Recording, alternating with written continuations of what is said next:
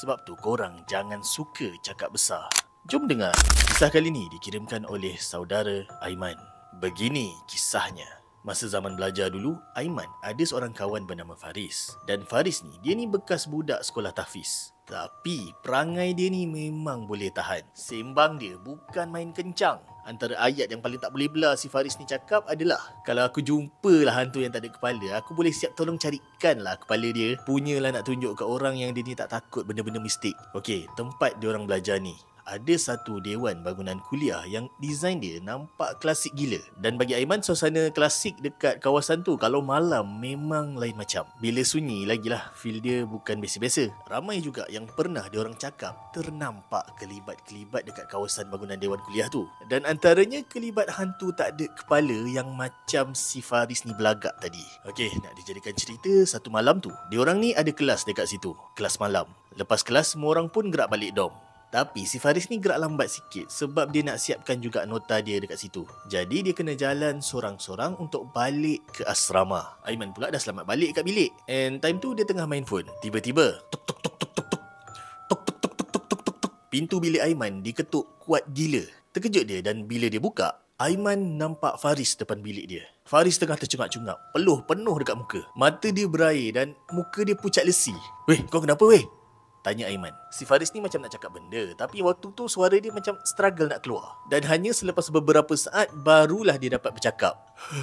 "Aku kena tegur tadi. Dengan hantu tak ada kepala." Aiman terkedu. Faris yang selalu sembang besar pasal hantu ni sekarang tengah menggigil depan bilik dia. Okey, Faris cakap waktu dia tengah jalan balik tadi, dia tiba-tiba rasa macam ada orang tengah ikut dia dari belakang. Mula-mula dia ingatkan tu perasaan dia je, sampailah dia terdengar bunyi derapan tapak kaki dekat belakang dia. Dia toleh untuk pandang ke arah belakang, tapi kosong, tak ada siapa-siapa kat belakang dia. Yang ada cuma bau busuk menusuk hidung yang tiba-tiba menerpa. Baru dia nak langkah laju sikit, kedengaran bunyi nafas kasar betul-betul belakang telinga dia.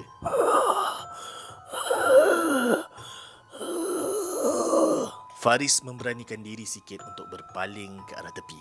Dan itulah saatnya dia nampak makhluk tu. Makhluk tu berdiri betul-betul belakang dia. Lembaga hitam, berbadan manusia tetapi tak ada kepala.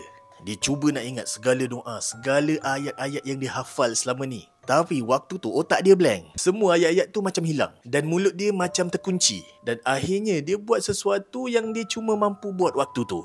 Lari sekuat hati tanpa toleh belakang. Dan ya, sampai bilik Aiman barulah dia dapat bersuara.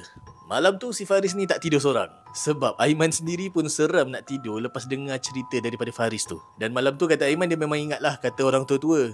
Even kita pandai ataupun mahir dalam sesuatu tu, kita jangan cakap besar. Sebab satu hari nanti mungkin kita akan diuji dengan apa yang kita kata tu. Dan itulah yang jadi pada Faris yang selama ni memang jenis sembang kari, sembang besar. Jadi benar atau tidak kisah ini, korang nilailah sendiri. Dan kalau korang ada kisah-kisah seram yang korang nak kongsikan, tak kisahlah pengalaman sendiri ataupun pengalaman orang lain yang korang kenal, ataupun korang tahu urban legend tentang tempat-tempat korang ataupun zaman-zaman 90-an punya urban legend, korang send dekat aku.